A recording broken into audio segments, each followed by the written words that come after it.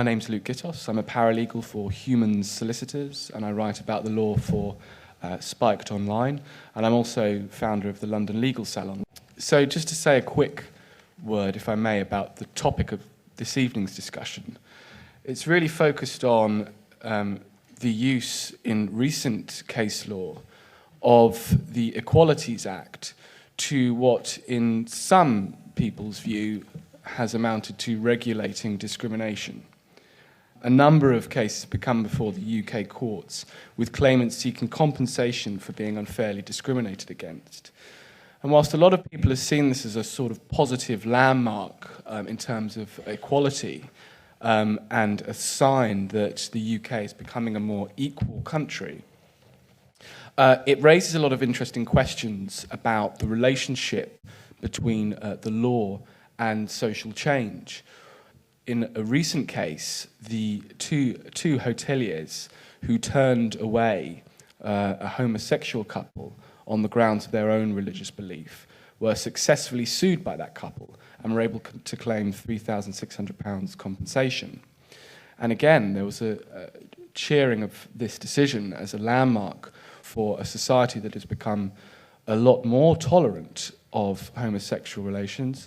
But on the other side of the discussion were a group of specifically religious organisations who seem to suggest that equality legislation is in fact the end of a tolerant society, and one in which we are forced to effectively regulate against people's discriminations. So that's really the setting of this debate. I'm just going to say a quick word to introduce our panel. It's a very illustrious panel.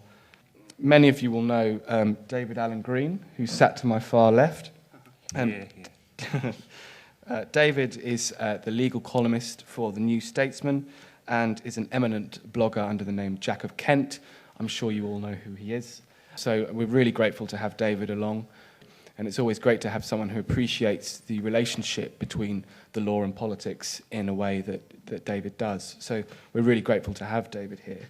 Sitting to my immediate left is Wendy Kaminer. Wendy is a long-standing friend of the Battle of Ideas, and it's a real privilege to have her on this panel. She's a writer for The Atlantic magazine and has written more books than I can care to name. So thank you very much, Wendy, for being with us. Sat to my immediate right is Alex Deane, who is the director of Big Brother Watch, and he's also director of public... are you going to tell me that Big Brother Watch is... No, I'm no longer... That was about 3 years ago, but don't worry. It's all old CV stuff. But he's now Director of Public Affairs at Weber Shandwick. He's also a council member for Farringdon Without, which is apparently at least where I work, is our local constituency. So I'll be probing you on what you've done for the community after the session. And to my far right is John Fitzpatrick, who is Director of the Kent Law Clinic, who provide pro bono legal services for a wide number of legal cases, including immigration. I'm not so sure if he's worked on the Equalities Act, but he certainly is providing a vital service to those who require legal assistance, and has written prolifically on the law for Spiked Online and for others. So we're really grateful to have John here. So that's all I'm really going to say. What I'm going to do is ask the panel to speak for 5 or 6 minutes to start off with. Once everyone's spoken, I'll ask some questions, and then we'll throw it out to you, the audience. So, Wendy, would you mind getting us underway? Sure. I think I'm going to dispense with my prepared remarks, so I'll ask your forgiveness if I seem to be a little bit disorganized. I wanted to begin by addressing what Luke started off with, the controversy over your Equality Act. It's interesting to me from an American perspective because, of course, we've had civil rights laws prohibiting discrimination based on race, sex, religion for 60 years now.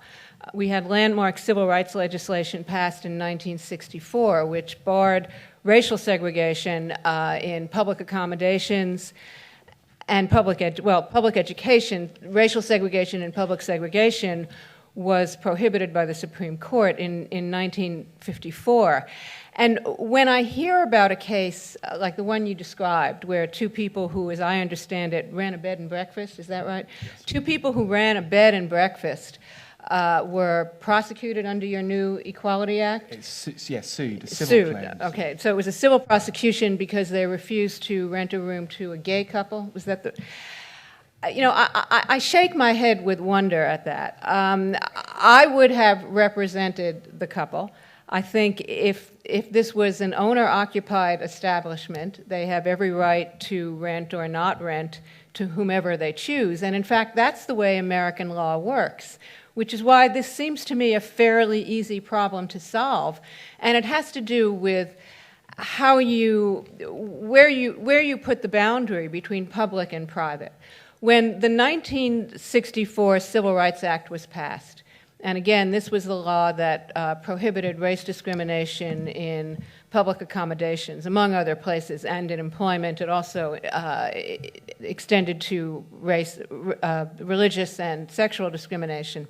But when the law was passed, the segregationists, Southern segregationists, who were violently opposed to it, claimed that it violated their associational rights, which is essentially the claim that's being made here. And so there was an exemption put into the law this was in the public accommodation section, for owner-occupied establishments like bed and breakfasts, which rented, I think the number was 5 rooms or fewer, but whatever the number was, I mean, that's an arbitrary number. You can pick your number. But the point was to protect owner-occupied rooming houses or bed and breakfasts from the reach of this law, because in fact, the associational claim that was being put forth by these segregationists was not frivolous. It was not entirely frivolous, especially as it applied to these small owner-occupied establishments. They had a strong associational claim. The state shouldn't be able to tell you who you can or cannot let into your own home. But when it came to running hotels or motels or running public transportation systems or engaging in something that really was in the stream of commerce, your associational claim was really quite weak, especially compared to the burden of segregation and the historic burden of segregation on African Americans for whom racial discrimination had effectively denied them the right to travel. So if you run a hotel, if you have, if you're running a business, you're in the stream of commerce.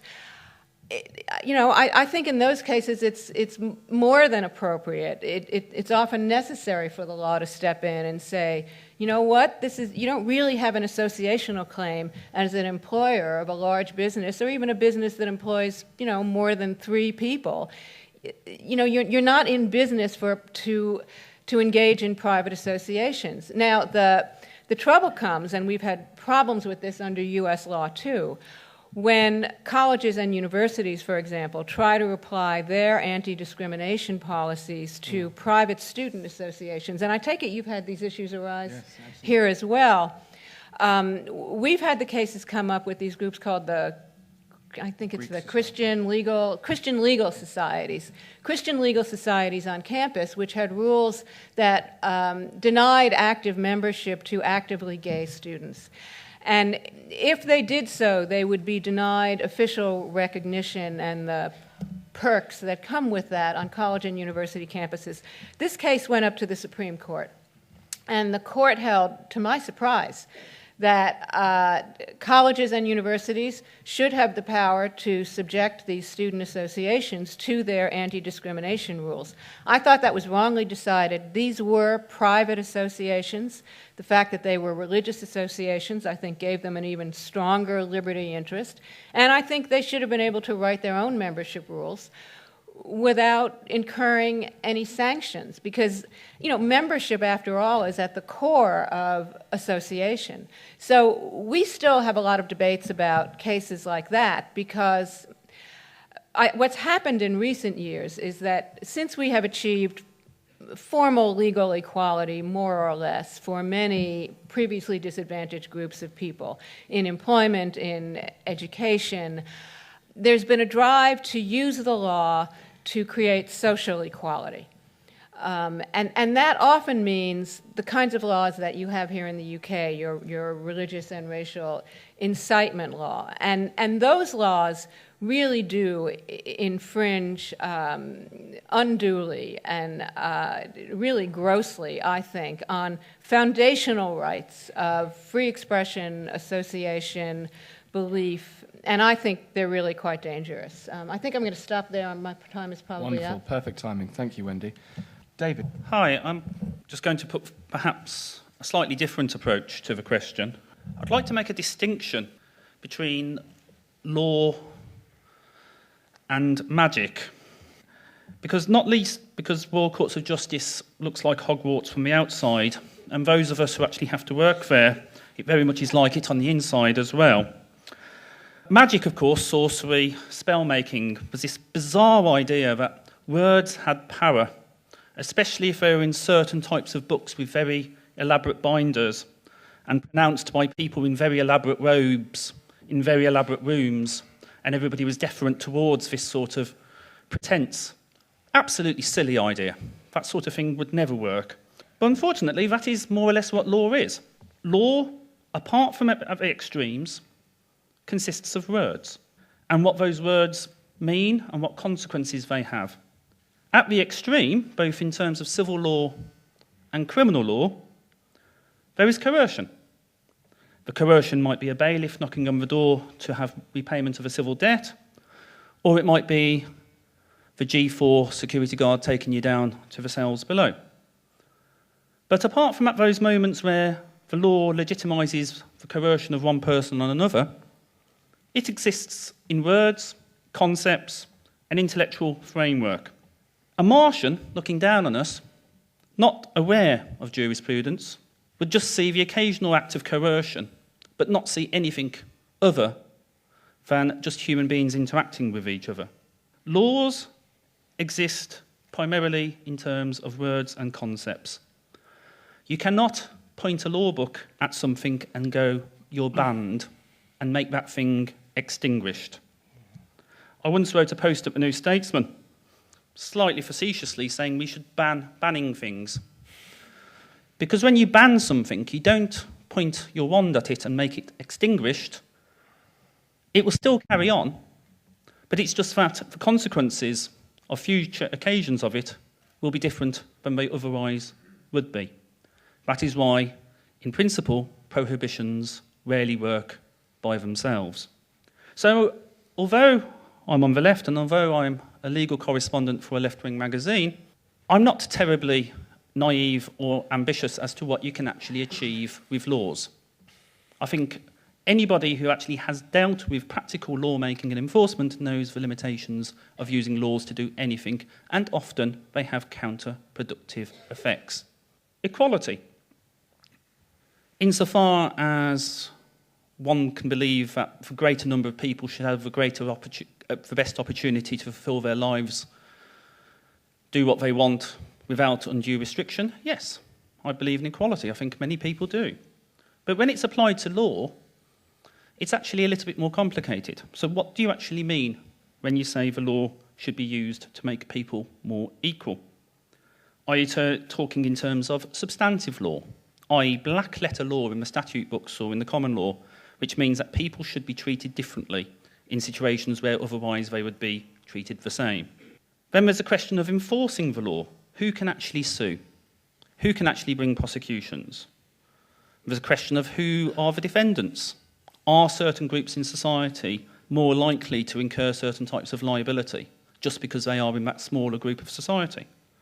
It's a very difficult thing when you start talking about equality and the law. And so, although I would like the law to be used to make society more equal, it's actually not a straightforward thing, or to put it in sort of academic language, it's inherently problematic. But to bring it from the general to the particular, if there is a question about whether, when faced with service wrongly refused, you should have a civil remedy, I will say yes, there should be a tort. There should be a freestanding duty on anybody not to refuse service without good reason. That's a fairly broad assertion, but that's my starting point. The question then becomes, what is a good reason? In this country, we have a tradition which goes back almost as long as the common law of common carriage. Those who operate ferries, those who operated toll roads, those who operated inns had a duty to actually provide a service to anybody who was willing to pay. Part of the irony of the recent situation, what bemuses me, is the idea of Christians asserting the right of innkeepers to refuse service to couples. But common carriage just merely meant that the civil law would get involved, provide a remedy. If you are providing a commercial service, even from your own home, you should not wrongly refuse that service to somebody just because of a certain attribute. The Equalities Act lists various attributes like race, sex, gender, disability, and so on. As a general principle, I think that must be right. There is a question about whether the compensation is too high, or if you actually do have a strong view that Christian bed and breakfast operators should be able to refuse their services, then the Act has schedules full of exemptions. But the fact that people feel unhappy with this particular case does not discredit the general proposition that nobody should have a commercial service withheld from them for a bad reason. Thank you very much indeed. Alex. Thanks very much. I'm going to talk a little bit about freedom of speech and about freedom of thought and expression. It seems to me, picking up on Wendy's example, that if clubs and associations, I think this is the worst end of this debate, but it is happening in the highest court of the land in our American friends' country, and indeed the decision went against freedom of thought in my view. If clubs and associations are forced to admit people who have views which are antithetical to their raison d'etre, that is to say, they have the opposite point of view to the purpose that that club or association was started, then we are making associations meaningless. And you might think to yourself, if you're a sort of very right-on person, you might think, yeah, that's great, so what? These Christians who want to keep out gay people from their law society, they should be forced to disband if they won't admit people who have the reverse point of view. Well, first of all, I'd encourage you to think for a moment whether you think that principle is a wise one, because very quickly you might find that two play that game. And you might find that, for example, Republicans who have a steak dining club suddenly become a fifth column in their vegan society on campus and change their charter. You might find that the National Rifle Association suddenly takes an interest in the Peace Society on campus and changes their terms of existence so that as to encourage use of and indeed purchase of firearms. And I think very quickly you realise that all associations start carrying out this mutual turf war against one another, and there truly is mutually assured destruction. If you won't admit those who have completely opposite points of view to you, then you can't exist on campus. It means in the end, you can't exist on campus. And I think that's a bad thing. I think we start to impinge upon people's ability to discuss ideas in groups. That as a basic principle, in my view, must be wrong. It must be wrong that we impinge on people's freedom of thought and freedom of association in that. And I accept the consequences of my philosophical position, which is that people will be around in society expressing things that I find repugnant. Oh well. People might be expressing things in society I find deeply offensive. I don't believe that you should have a freedom to avoid offence in this country. And that's one of the reasons, I know this is not the topic we've been set today, but that's one of the reasons I support the campaign to amend the Public Order Act to remove the word insulting from it. I think we should have a freedom to insult in society. I think that's an innate part of freedom of speech. But let's and I think on that at least the panel agrees. But let's think about something that we might not agree about. A man now dead who you might have heard about called Harry Hammond used to hang around street corners with a sign saying homosexuality is a sin. And lo and behold, Harry had his collar felt and was arrested by his local constabulary. And the first person to his defence, much to his credit in my view, was Peter Tatchell. Peter Tatchell said, if you start interfering with his freedom of speech, if you try and make people equal in the law so that they can't even be have their feelings hurt by seeing a sign held up by someone doing something peaceful like this, then what happens to my freedom of speech? Because Peter, so you might agree with that part, Peter then went on to say, because next week I want to go down to Muslim Expo, which they'd hired out Wembley for the first time, and I want to hold up my sign which says Islam kills queers. Now, you might think that both of those gentlemen were behaving in equally sort of childish ways or equally unattractive ways about people's deep-held faiths. But the point that Peter was making, and it's one I agree with, is that freedom of speech for one person and the protection thereof necessarily is bound up in your freedom of speech. His freedom of speech to express something you might find unattractive is necessarily connected with the protection of your freedom of speech.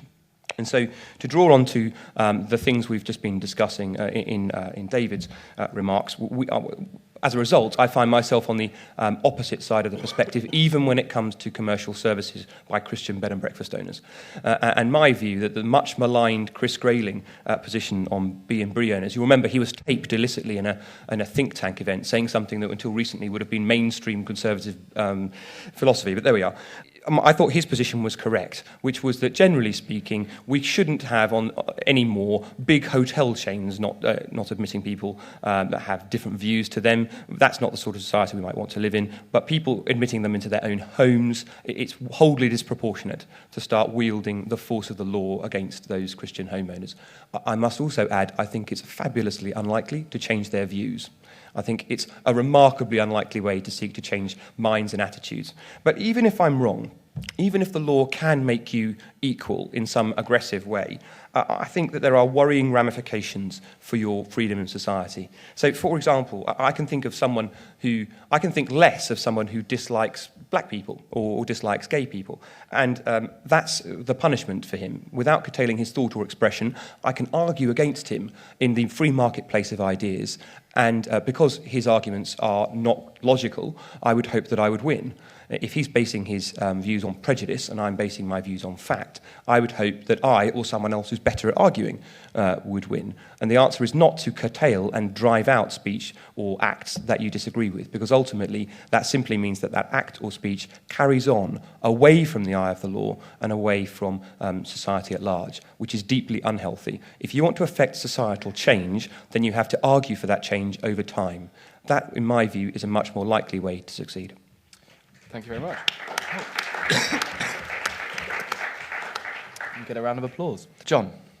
Luke asks us the question, is the Equality Act and other legislative and legal developments in promoting equality denying key freedoms? And that obviously invites us to ask, what key freedoms have we got in mind and what sort of equality have we got in mind? It's such a big and complicated picture that I really don't think this is a case where the devil is in the detail. The devil is in the bigger step back and have a look what's going on picture, I think. I mean, there is devil in the details. Just to take some of the cases that we've been talking about, I thought Mrs. Ueda was rather picky about insisting on wearing a cross when she was on the aeroplane. And I thought that British Airways were rather picky in insisting on their uniform and not letting her wear her cross. I thought that Mrs. Chaplin, the nurse, was rather picky about wearing her crucifix when the uniform changed as a nurse to a V-neck, exposing the crucifix. And I thought that the NHS was rather picky in insisting that she didn't then wear her crucifix. I thought that Mrs. Liddell was rather picky in Islington Council in not agreeing to officiate at civil partnership ceremonies. And I thought that Islington Council was very picky when it didn't accommodate her by getting somebody else to do it, as it so easily could have done. I thought that Mr. McFarlane was picky, when he said, I'll talk to gay couples, but I won't talk to them about sex. And I thought Relate, the employer, was rather picky when it said to him, well, you lose your job, even though you've now said you will talk about sex to them, because you don't believe you are going to talk about sex to them, as happened in that case. That Bull, Mr. and Mrs. Bull, I thought they were rather picky in saying we won't have gays. And Mr. Hall, going round knowing that they were doing that, knocking on the door and saying, will you take me in for the night in your B&B? They were both rather picky. I thought Mrs. and Mrs. Johns were picky in not saying to Derby Council, what I want to do is, in my belief, I don't really think gay people are doing something that's right and moral when they live together. They were applying for fostering, and I thought they could have been diplomatic about their beliefs. And I thought Derby Council was picky when it said, we really want to know more about what your religious beliefs say about your accommodation of homosexual practices before we allow you to become foster parents, and so on and so forth. A lot of devil in all that detail, I think. I mean, how absurd. How absurd that the law is getting into that. And when I said you step back and look at the big picture, let me just give you this example of the big picture. The 2006 Equality Act sets up the Equalities and Human Rights Commission. The Commission shall exercise its functions with a view to encouraging and supporting the development of a society where people achieve their potential, not limited by prejudice. There's respect for and protection for each individual's rights. There's respect for the dignity and worth of each individual. Each individual has an equal opportunity. There's mutual respect between groups based on understanding and valuing diversity. Well, talk about magic. The equality, and that's their first and moral-led duties. They'll promote understanding of the importance of equality and diversity. They'll encourage good practice in it. And then in the 2010 Equality Act, more big picture. This is the Equality Act that starts out with a duty, a public sector equality duty. A public authority must exercise its functions having due regard to eliminate discrimination, harassment and so on, advance equality of opportunity, foster good relations between persons who share a relevant protected characteristic and persons who don't share it. Well, I'm not mocking that a local authority should do that, but for heaven's sake, do we not expect local authorities to behave in a way where they would conduct their business and their activities in a way that enable people and facilitate people to get on with each other? Also, in that Act, in the Equality Act 2010, public sector duty regarding socio-economic equalities.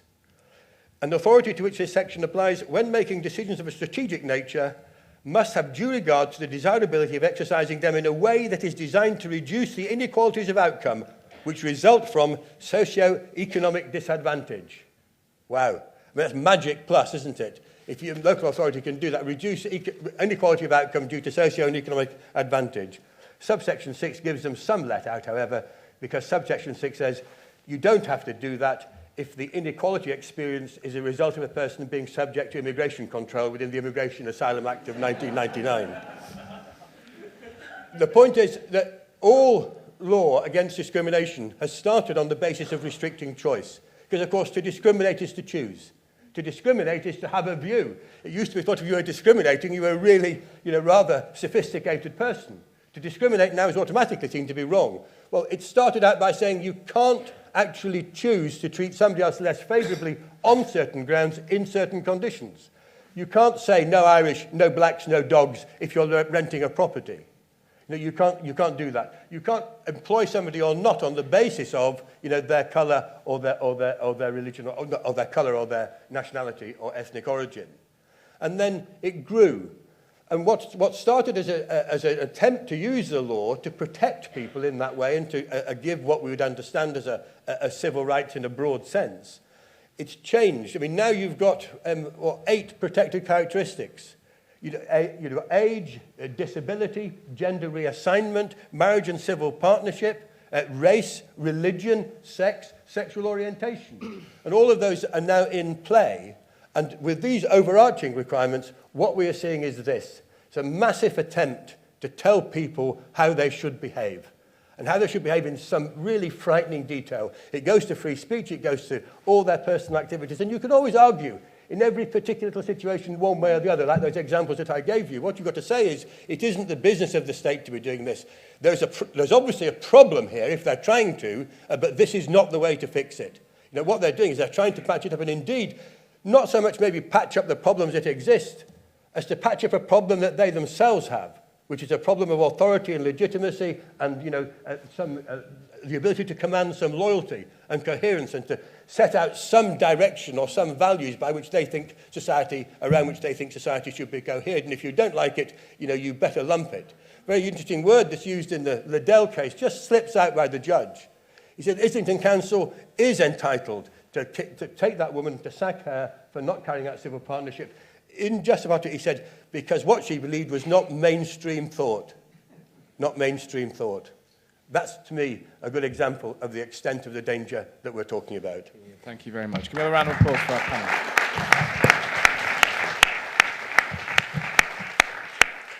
Okay, so I've got 2 quick questions. The first is for sort of this 3 here, because broadly there's a consensus, I think, roughly, that generally these actions which seek to in or regulate against discrimination are a bad thing.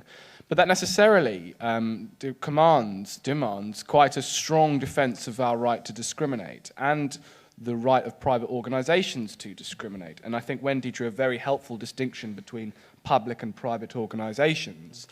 But, John, I think that the law has to be picky because it does depend on being applied to a very specific set of circumstances. It's applied on a case-by-case basis. So with that in mind, there's a very simple question, and that's, do the people who are making your argument think that organisations such as a hotel or any employer should be able to discriminate against people on the basis of their race, disability or gender? Should they be able to not, should that be a ground upon which someone is refused employment? And should there be a legal remedy for those who find themselves at the rough end of that? Now, part of me thinks it's a hypothetical question because it's unlikely to happen in society today, but it's an important question as to why the law should exist.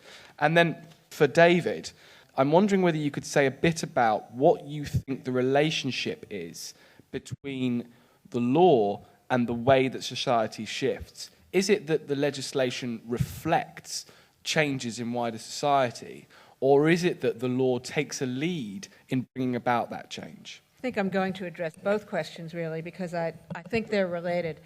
When Lyndon Johnson was in office in the mid-1960s and was largely responsible for pushing the 1964 Civil Rights Act through, and he reportedly said, this may be apocryphal, but it's a good line anyway, he said, "Law can't change what's in people's hearts, but law can lead the way." Now, Luke, you asked, should the law prevent people from discriminating in employment, in public accommodations? I think absolutely it should. And in fact, that's now pretty much settled law in the United States. Very rarely will people who might have opposed civil rights legislation 50 years ago express public opposition to it now.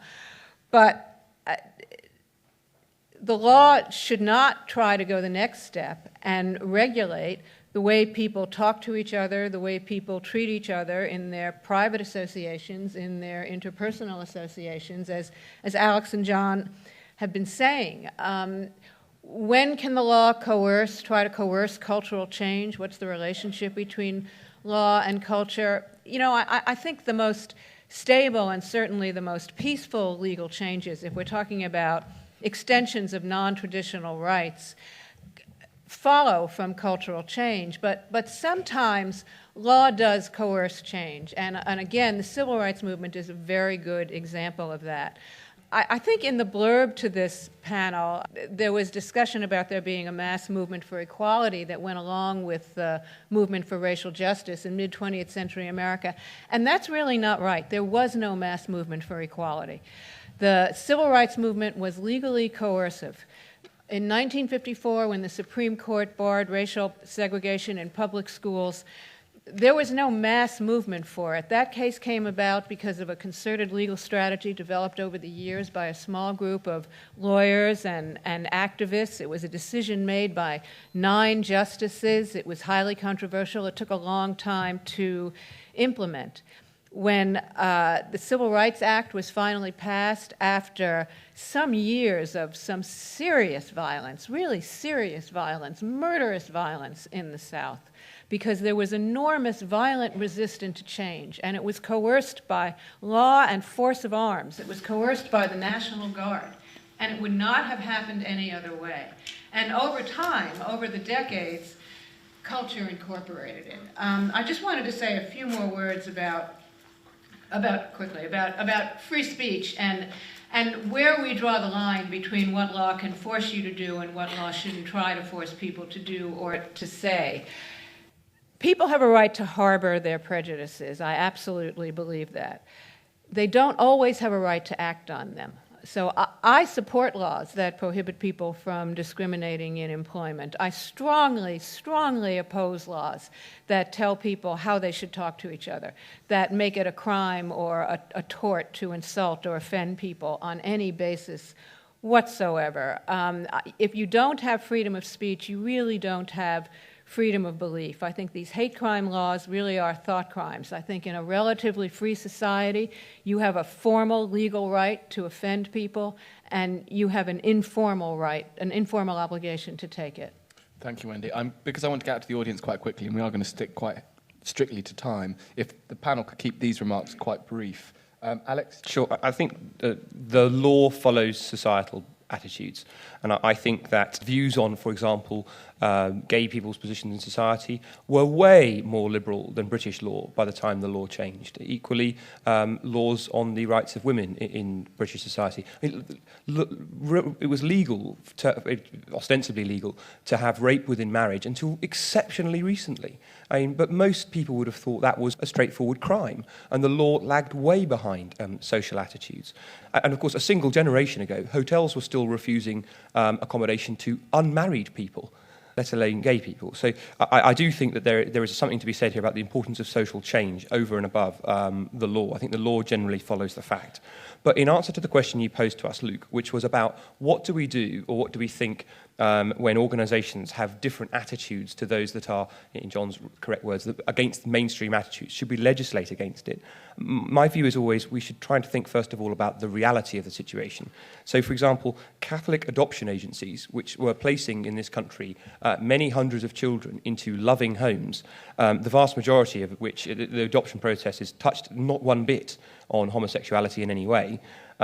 If you ask the campaigners against Catholics being able to do that because of their position on homosexuality, would you rather those children went to loving homes generally or in Catholic homes, or we took an absolutist view? The view, it seems to me, is we would rather have the absolutist view, and the Catholics cannot adopt per se as long as they hold these unacceptable and illiberal views on homosexuality. But when your absolutism is more important to you than reality, I think something's desperately wrong, and it's not wrong with those trying to adopt people, it's something wrong with you. Thanks, Alex. David? The legal process is very good at one thing, which is determining legal issues. That's almost tautological. But the legal process is there primarily to decide questions of liability, whether somebody's acting within or outside of their powers. Fairly narrow questions. Where things start going wrong is where the legal process is put to wider issues. I've done a lot of work in libel. The libel court was not the right forum for deciding whether chiropractic worked for children or not. It wasn't the right forum for deciding whether David Irving was a scholar or a charlatan. It was not the right forum for deciding whether various post-Marxist journalists got various things about Serbia right or wrong. It is just not the right forum. Law is a very useful thing if it's used for the purpose, which is deciding liability. Law and social change. Well, sometimes the law reflects, sometimes it leads. There's no monocausal relationship between law and social change. There are people who adopt a definition of Toryism, which is to defend the Whig victories of yesteryear, but not the ones they want today. Yes, civil liberties and equality was brilliant until about 5 or 10 years ago, and now it's all horribly going wrong. Well, actually, there's a more problematic relationship between law and social change. It is only at the margins, generally speaking, that the law resorts to coercion. Law is part of a bundle of official actions like, for example, policy making, expenditure, prioritisation of what is done with the armoury of the state. Law by itself will never affect social change one way or another in general circumstances. And as regards bed and breakfasts, people who operate a bed and breakfast service from their own home have no defence to HMRC by saying, well, I can't pay my taxes, it's in my own home. They have no defence to health and safety if they leave electric wires such that the rooms could actually lead to people dying. They can't say, no, it's my own home. If they are going to be sued by people for not actually fulfilling the terms of their contract, they can't go to the district judge in the county court and say, sorry, it's my own home. Bed and breakfast operators are already regulated by the law in a number of ways to which their it's my own home is no defence at all. And equally, it should not be a defence if they wrongly refuse a service to people who wish to pay for it. Thank you, David. And John? Just very quickly, responding to what Wendy said, I mean, I would reserve my position on, the civil rights legislation, leading and being responsible for changes in attitudes. And I think it's beyond the confines of this debate, but I think the key to it really is your comments about the role the National Guard played, and we see that from what the FBI did in, going mob-handed down to Mississippi to try sheriffs for the murder of civil rights activists. That it wasn't so much a law leading it; it was the iron fist of the state, if you like, asserting its authority, down in the South at that time. To keep people from being lynched. Well, but I wanted to say this about it though. Even were it the case that the state were doing that, I think we should be suspicious of it. It isn't the role of the state in that sense. I mean, as David said, it's sometimes behind, sometimes in front. It's a dialectical relationship as the law proceeds. But, when it gets to the state that it is today, that the position that we have today, that the state is playing such a proactive role, as it were, in shaping the attitudes in this way. You feel like Sam Goldwyn. If you want to send a message, please use Western Union. Don't use the law. Don't use the law to send a message to the people to tell them what should be mainstream and appropriate and acceptable behaviour. And that's what we've got. And I think if we begin to see that that's what's happening, and to question the legitimacy of, this isn't a question of even the law catching up with what people are thinking. As Alex makes a point quite rightly, I think, about changes with regard to homosexuality, to abortion, of course, was wholesale. Before the 67 Act, the changes in practice. This more recent things with the Equality Act isn't a question of the law catching up with, even attitudes, or even, it is really about promoting, ideas of acceptable and appropriate behaviour. Great example, of course, is the proposal to bring forward gay marriage. Nobody was talking about bringing forward gay marriage until David Cameron put it on the agenda, as something that, one feels profoundly that David Cameron thought would benefit the Conservative Party at a time when it was looking around for something to be seemed to be progressive on and seemed to be dynamic about. Thank you very much, John. All right, so plenty to think about, so I'm going to come back to the audience. I wondered on the panel's opinion in respect of the protected characteristics, something which I've turned over in my mind and have reached no position on. All except religion are not a matter of choice. You can argue about sexuality, but generally speaking, you do not choose to be female, you do not choose what colour you are, etc., etc. You do choose what faith, lack of, etc., belief you have. I was just interested to see what people's views on that was. Yeah, if I can start with a disclaimer just to make clear that I'm not a lawyer, just so everyone realises that. In fact, it does have a bearing on what I'm going to say, because I'm actually writing a book on, not on legal equality, but on the discussion of social and economic inequality. Which is clearly not the same as legal equality, but I think it has some bearing at the same time on this discussion. Because the one thing I've become absolutely convinced of in the course of the work I've done so far is that the way the discussion is usually framed, which is freedom versus equality, or perhaps you're somewhere along the spectrum, is absolutely wrong. We shouldn't take that framing of the discussion. That really confuses things. I'm not accusing anyone of the panel of doing that, but that is very much the way that it's very often framed. Because it seems to me what the dynamic is at the moment is certainly anti-freedom, but what's really going on is what I would call the therapeutic management of inequality. So in other words, the elite, if you want to call them that, are so worried about society being diverse, about it having all of these different interests, about it fracturing on all sorts of different lines, that it wants to use the law and other kinds of measures to try to cohere society, to keep it together. And that's precisely also what, to me, makes it so authoritarian.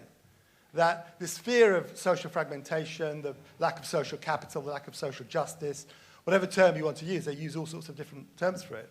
This fear of social fragmentation and the intense anxiety and desire to pull everything together is precisely what it makes it such a dangerous and authoritarian trend. I just wanted to take up this argument that the home is already regulated, therefore it doesn't matter if it's regulated more. If you read Stanley Fish, this is precisely his argument against free speech, that speech is already regulated, it's called grammar, therefore it doesn't matter if it's more regulated, because I submit my articles and they get edited, it doesn't matter if I can't read or am allowed to put certain books in the library. It doesn't matter because publishing is already regulated. One comment that David made, which I do agree with, is when he said that his argument sounded tautological. Indeed, it didn't just sound tautological, it seemed to me it was tautological. Because what you were really saying is that because something is illegal, there needs to be a legal remedy. Now, you recognise the difficulty with that argument, so you tried to justify it. And you did it by saying, well, because the state requires us all to pay our taxes, that means the state must presumably, on your logic, have the right to intervene into just about any aspect of life that goes on in the home. Well, you're shaking your head, but you see that your argument about paying taxes just doesn't work. Because I think a useful starting point here is to say, is there a social need for the state, through its legal system, to get involved in regulating an area of activity? Now, plainly it does in terms of paying taxes. You cannot have a society that functions if there isn't a legal obligation to pay taxes. There is no such legal obligation on hoteliers to take in people who are gay. I just think there is a failure to understand the extent to which society has changed. The background to the first race relations legislation in this country was signs in estate agents' windows that would regularly say, no blacks, no Irish, no dogs. You simply would not get that sort of sign in an estate agent's window now. And that's why, despite the fact that this legislation has been on the statute book for many years, there have only been 2 cases of hoteliers turning away people who are gay. And as Alex pointed out, one of those gay couples had to go hunting around to find some hoteliers who would turn them away so they could make a legal case about it. And again, with Lillian Liddell, the Islington registrar, there was no difficulty with her colleagues covering for her so that she could avoid carrying out civil partnership services. So I think that society has changed and the law is now playing a wholly different role. It is not tackling a systematic problem that needs to be tackled. It is doing actually quite the opposite. It is interfering with the individual rights and with freedom of expression and association, and that is a far more serious problem. Okay, I'm going to have the panel respond to that and then come back out. I'll start with John this time. Well, I'm surprised. I completely agree with what John Holbrook has just been saying. I said before that I thought it was important to look back, to look at the big picture, and I think John's been doing that just now in terms of what the different things that the law is doing with regard to social existence with its discrimination legislation. One factor I think we have to include in our consideration of this is the increased role of the judiciary after the Human Rights Act came into force in 2000. Because there was a step change there. I mean, not simply on account of it being the judges, that was an issue all on its own. Not just about the fact that it was the judges who were elaborating where the lines and where the detail of the law fell in particular cases, but because they were doing so, as Lord Irvine said in moving the Human Rights Bill in 97, in future our judges will determine the law on a more moral and principled basis. And, of course you ask, whose morals? Whose principles? Yours, Derry Irvine, or the new Labour government, or the judges that we have. And that gave, and of course the way the Human Rights Act incorporated the Convention rights of the European Convention, gave the opportunity for the lawmakers, then increasingly the judges, to intervene at the level of detail that we see, actually examining the different aspects. You asked about the question about should religion be there because it's a matter of choice. I don't feel almost equipped to answer that question because that's choice unlike the others that are given. But what I do know is it isn't really the responsibility of 3 or 5 judges to be saying what the answer to that question is. And increasingly, when that is considered, not so much in the context of protected characteristics under the Equality Act, but under Article 9 of the European Convention, which defends thought, conscience and belief. And they're saying, well, it is protected if is it your core belief? Is it a core part of your religion to wear the crucifix or the jilbab or the hijab? Is it a core part of your religion to pray at a certain time? And maybe we'll protect that. And then beyond that, the European Court of Human Rights goes on to say, is it worthy of respect in a democratic society, what your philosophical conviction is, what your belief or religion is? And so it takes all those together, and I think they should be taken together. Thanks, John. Alex? In answer to your point about compensation for the couple and the gay B&Bs and so forth, I did think, first of all, what's the loss? and there are about 5 or 6 other B&Bs on the street that would have taken your trade. But moreover, my point about, and I wouldn't be stupid enough to turn away custom, but secondly, my point about the kind of mutually exclusive arms race applies here too. If you consider Kemp Town in Brighton, which is a fantastic, vibrant, very gay culture, Camp Town popularly called in Brighton, there are plenty of B&Bs in Brighton where lots of people from all over this country go to enjoy themselves, and good on them. And the B&Bs that they go and stay at are rainbow flagged to the hilt. They have gay welcome signs. They are gay, gay, gay. They are gay places. And what are we saying? If 2 arseholes walked in, crucifixed up, and said, "Hello, we're a nice straight heterosexual couple. We'd like to stay here, please," are we saying that they should get compensated if the gay runners of this gay hotel said to them, "I'm not really sure this is for you"? Thank you. Wendy. Quick comment to the woman who asked the first question about fixed characteristics.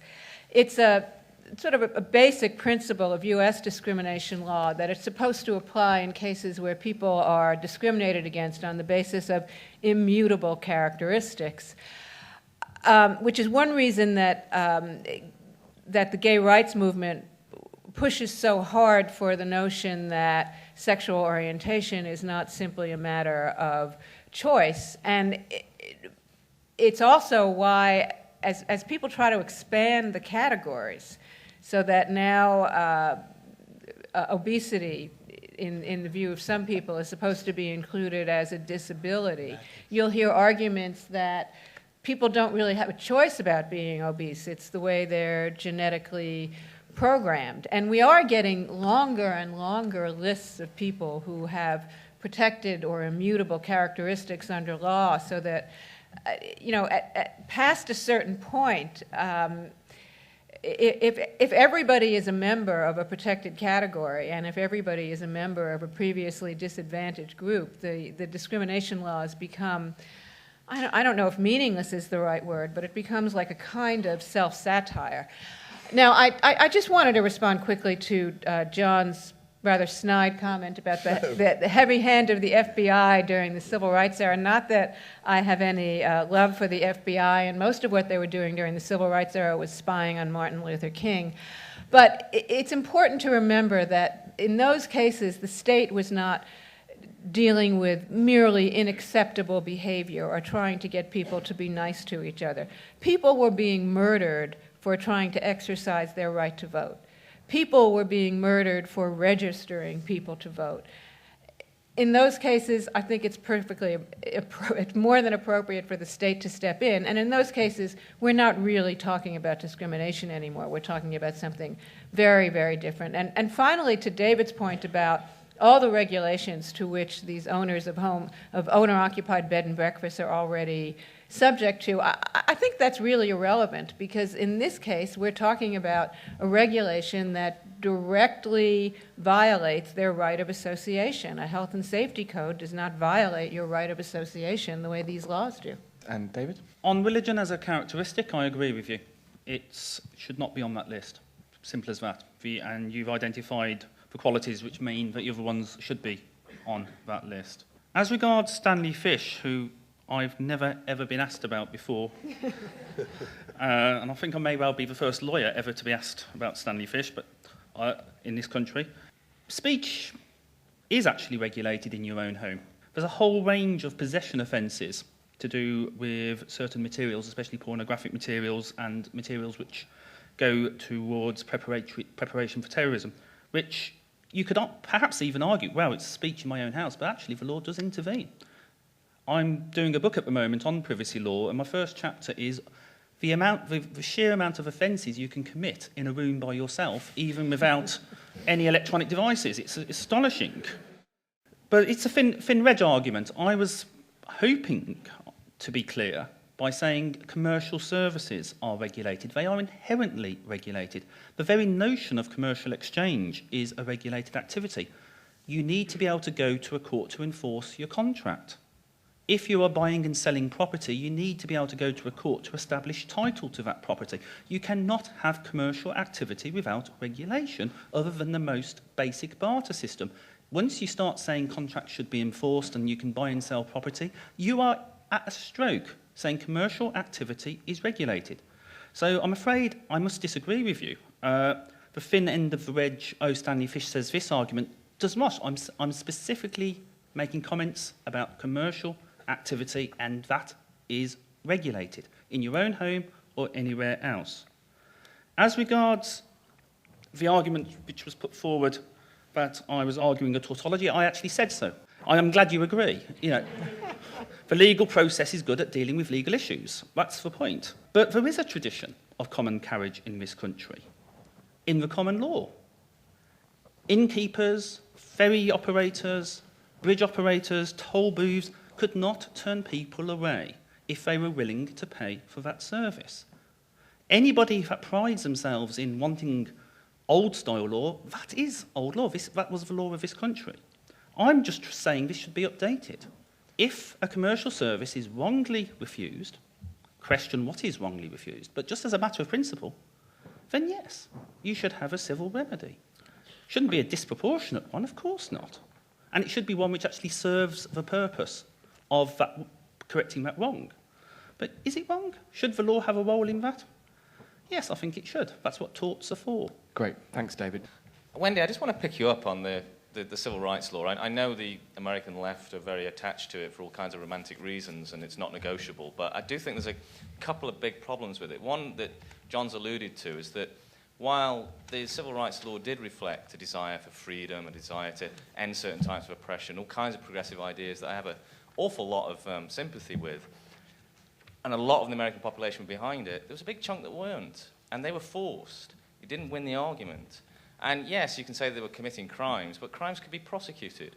But the people who were in the Ku Klux Klan, who were organising their meetings, they weren't committing any crimes at those meetings, and yet their names were recorded, their number plates were recorded, they were disrupted, and that was the disruption of a free association, a political process, which is bad. But I think perhaps a more interesting point is that while the law did reflect a desire for freedom to some extent, it also kind of hijacked that desire for freedom. So it took it out of the hands of people who were on the streets fighting for it, where it belongs, and put it into the hands of lawyers, where it doesn't really belong, and codified it, and turned it into something that was not really about popular expression anymore. And if you fast forward 50 years to today, I'm wondering, and this is really for the whole panel now, are we getting the law today that we deserve? Because we don't have that desire for freedom anymore than we did in the 60s. We have a desire today to regulate and control people. We don't trust people. We don't trust free assembly. We don't trust people who have political ideas, strong ideas. We don't trust people to get on at work. Everywhere you look, we basically don't trust people to get on and do the right thing and be robust and have the kinds of arguments that I think the people in this room would like them to have. And maybe the law is actually reflecting that in the same kind of way that the law of the 60s reflected something better. I'd be interested in the panel's thoughts on just a couple of points. If people can't choose to be racist, can people choose to be not racist? And if people can't choose to be anti-gay, can people choose to be pro-gay? I feel like what the law is doing is taking away moral relativism and some moral nuance with blanket regulation that's sort of made for people in response to bad things in order to stop bad things from happening. But the fact is that as a society betters itself, society advances and manages social problems or injustices in positive ways, and that is important. To what end do we want the law to make us equal? So I'm not really sure that I want to live in a truly, purely good, morally good and equal world. Badness and wrongness lead to good and positive things on the way to progress and change, and that process is important for being human and civilized.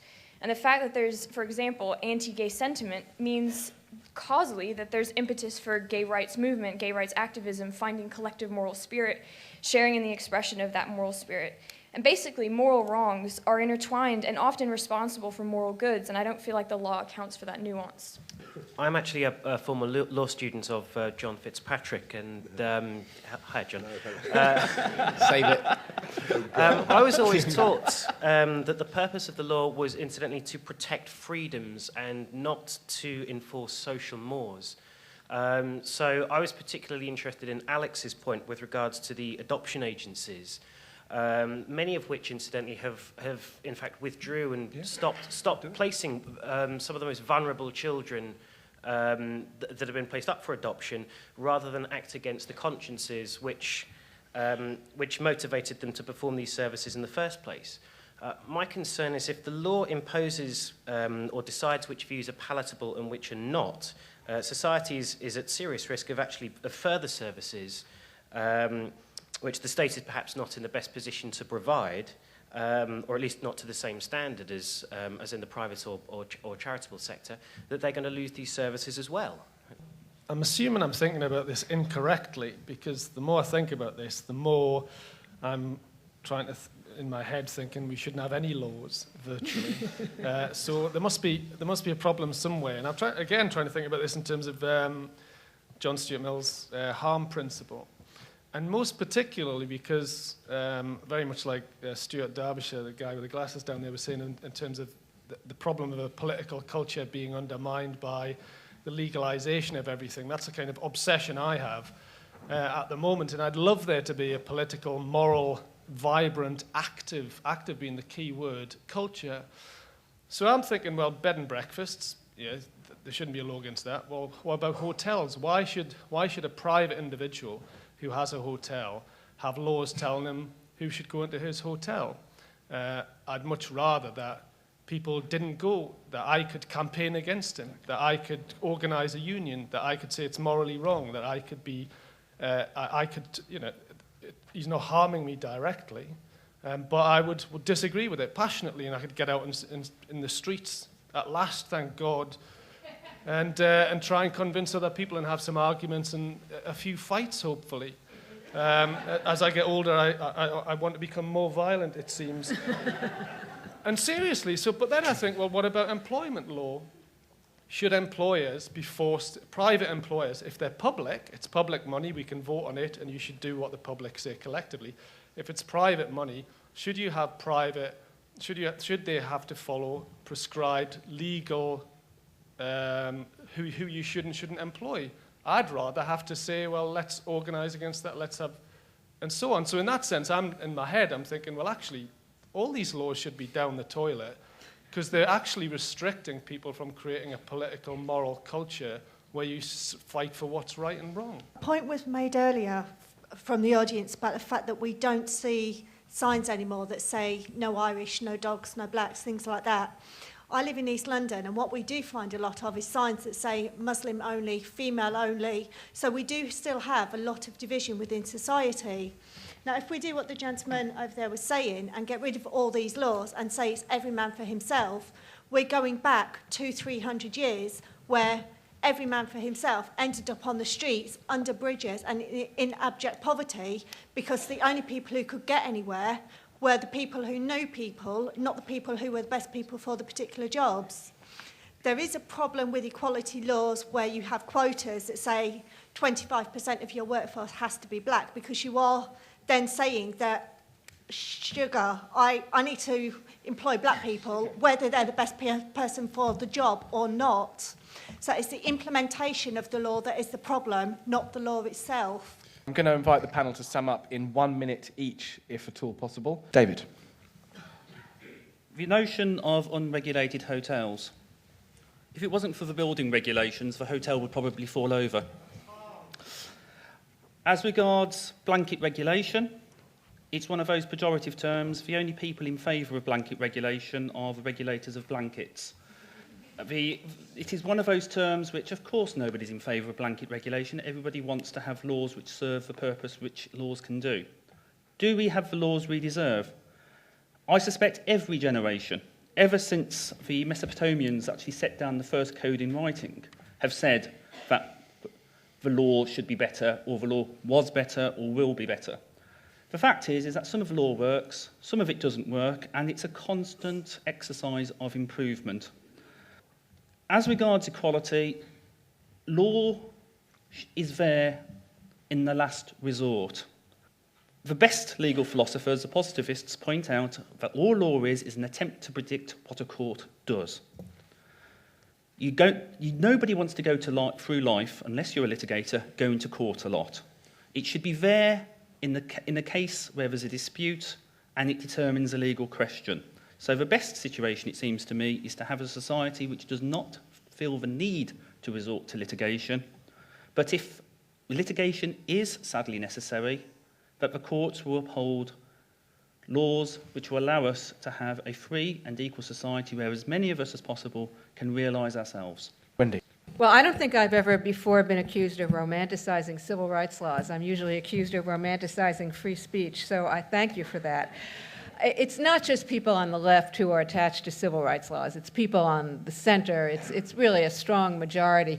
What you will hear from some people on the right, and it's mostly the free market advocates, is that all of these changes, not just changes in not just anti-discrimination laws, but maximum hour, minimum wage laws, child labor laws, that all of these changes would have happened without the law. I don't happen to believe that. I don't think it's a coincidence that all of these changes only happened after laws were passed that required them to happen. I think the notion that civil rights legislation took away the power from people in the streets is absolutely nonsensical, no offense. The people in the streets were demanding legal change. That was what they were fighting for. And in fact, segregation was not simply some cultural phenomenon. It was enforced by law. There already was law in place. They were demanding that the law be changed. They were demanding that the Constitution be construed so that the 14th Amendment equality rights extended to African Americans and others in various ways. I don't agree that there's no more action on the streets. We do see a lot of action on the streets. We've seen it with the Tea Party to some extent, though they were smart enough to be political. We've seen it with the Occupy movement, which was not smart enough to be political, and we can see where that went. But you know, remember that this movement didn't happen in the absence of law. It was an effort to change laws that were already there. Finally, I simply want to say that I think, what was the phrase? Therapeutic management of inequality. I think that really is a lovely phrase, and I thank you for it. Alex? Well, I agree with Wendy that the law can stop discrimination by the state. That is to say, you can change previously discriminatory laws, so removing policies of negative discrimination like segregation in schools, but that's changing the law from discriminating to not discriminating between individuals, and the state should just leave us alone, more or less, I think.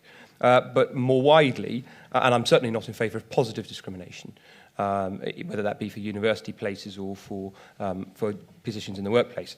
But more widely, I think that views change, then the law. And trying it the other way around leads to these views that you disapprove of being held illicitly. Banning people from expressing their views doesn't mean that their views have changed. Instead, they are most likely to have had their views repressed from public discourse, but they fester elsewhere in secret meetings, which probably feel sexy and espionage-ish by dint of their repressed condition, and they come with a dollop of martyrdom to boot. And if you want to help the BNPs of this world, then banning their views and telling them they're against equality is exactly the way to go about it. Only John. Personally, I wish I'd never mentioned the Civil War, the Civil Rights Movement. Well, it was a civil war. Don't mention the war. That's the cold. That's my cold. The civil rights. I just want to say about that. You know, I cheered Gene Hackman in Mississippi Burning. Yeah. I mean, and that was the point I was making, really. That it was the state, the northern state, effectively. It wasn't about it was enforcing the criminal law about people who were not prepared to obey it in the South. They were killing people, and they were stopped from doing that by the iron hand of the state. That was the important development at the time, and I'm sure that had all sorts of effects beyond that. But that was the crucial thing that happened. The need of the state to impose its authority and will in an area where they were just simply killing people was a very important part of it. Secondly, on the question about should we, just abolish all these laws, well, I'm a complete extremist, and so a bonfire of the vanities, I'm completely with that. A bonfire of the lot. But I don't know who was it who said, I'm an extremist, but I hold my extreme views very moderately. So I think we ought to abolish them more slowly and move in that direction. And it's about moving in directions, and that's where I completely agree with Wendy about, well, there are things happening, and if they aren't happening, we should be making them happening on the street, and certainly not with the Tea Party or the Occupy movement. It's up to us to make them happen, and to keep talking, keep acting, keep organising, keep having these discussions, keep making these interventions, so that the agenda is not taken as it is being, by the people who are bringing forth this legislation and all these measures the intrusive measures, the authoritarian measures that we're talking about. I finish an old quote from another American lawyer, Learned Hand, in 1945. The spirit of liberty speech, always worth repeating. Liberty lives in the hearts and minds of men and women, and if it dies there, there's nothing that laws and constitutions and courts can do to save it. Please. Well said.